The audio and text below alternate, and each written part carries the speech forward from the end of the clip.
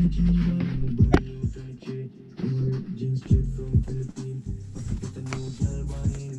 me just turn this down, because YouTube might say about copywriting. Yeah, I've got this track apart again. Well, I've stripped it down, not again. It was the first time this Absima Mamba 7. Took the body off. Basically stripped it down. No luck with the removing the centre diff yet. These screws, if I can just back out these two screws, it should be alright, because back the two screws out, I can remove this whole brace and not worry about, remove this whole brace and not worry about this brace. Then the centre diff will slide out. But I'm still having problems because it's metal to metal, man. It's metal to metal, that's why I'm having problems trying to remove the screw. As I said, I put flaming shit through it. Still working on it, but no luck. But I've checked all the other screws on this vehicle, and the other screws are alright. No Loctite, no nothing, you know what I mean? It's just this part, because it's metal to metal. But what I wanted to say, the vid I made earlier about the pinion come loose straight out of the box. Anyway, cleaned up the pinion, got rid of all the old red Loctite they used, put the pinion back in with blue Loctite, and this is how it is. Look, the gear mesh is tight, man. Look how tight the gear mesh was. So yesterday the pinion was just bopping around because it was loose. Because I even said the centre diff don't look very, or sound very whatever, but it's tight now. I'll put the pinion back now. It's a 13 tooth pinion.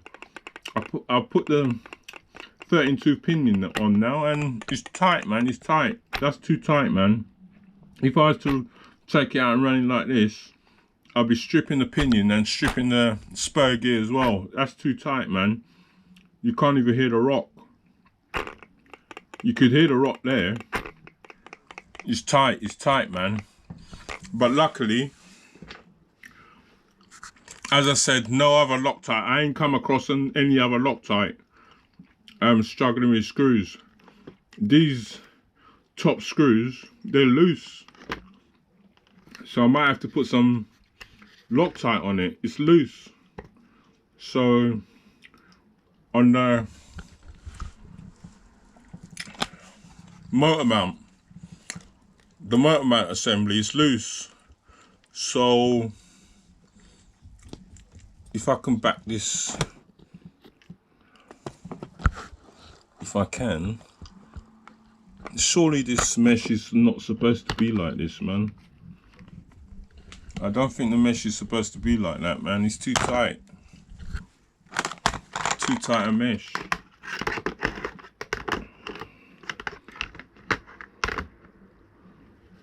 See if I can unscrew this. It's not even a sliding motor mount, man. This ain't a sliding motor mount. So,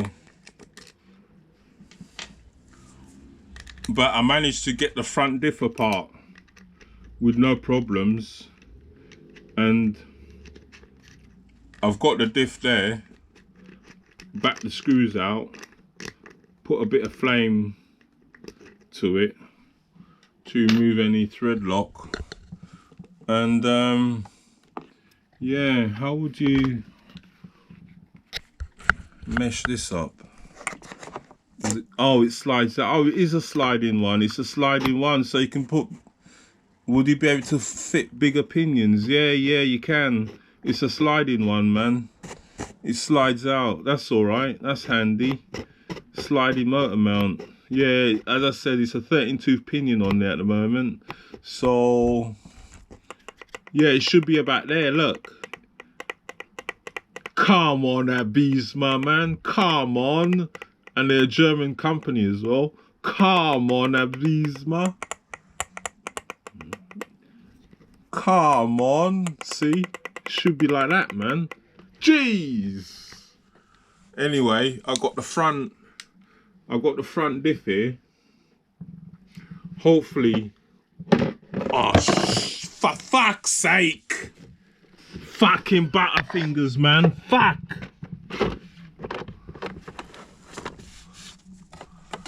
Fucking hell.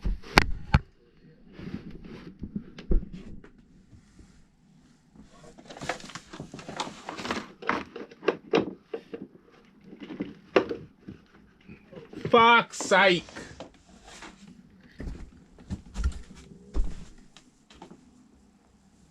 And this has got a shim.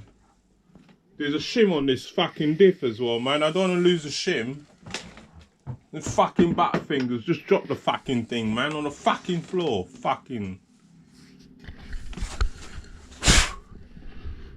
dust on it. See, there's a shim. Put this GoPro down. See the shim? Yeah, the shim's still on there after I dropped the fucking thing, man. And it's spiral cut. Yeah, the shim's on there. One shim. And it's spiral cut. I'm gonna have to clean out these gears, man, because I didn't really want to get rid of the grease too much on the gears, because I'm running low on grease, on diff grease. I've ordered some, but it won't come till next week sometime, so I didn't want to rub off. It's fucking dropping all this fucking shit on the floor, and it's all fucking dusty. It's got that dirt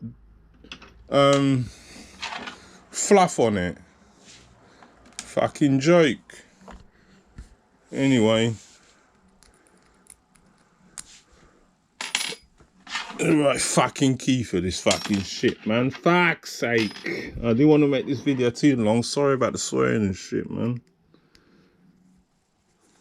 Just check this diff just to see. I don't know, but the diff seems a bit wet, so there could be oil in it, man.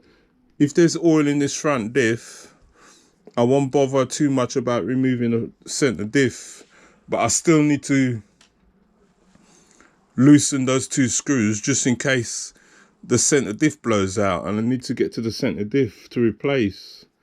So if this has got oil in it, that means the rear diff has got oil, which I won't bother opening up, and the center diff has got oil, so I'll stop trying to back out the center diff screws before I strip it.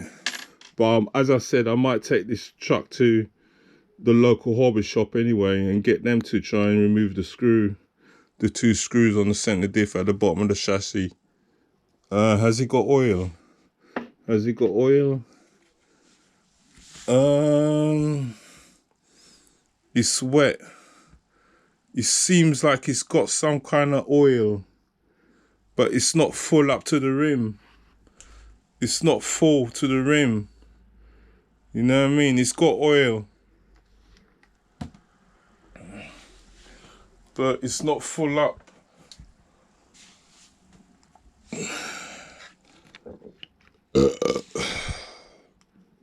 Yeah, there's oil.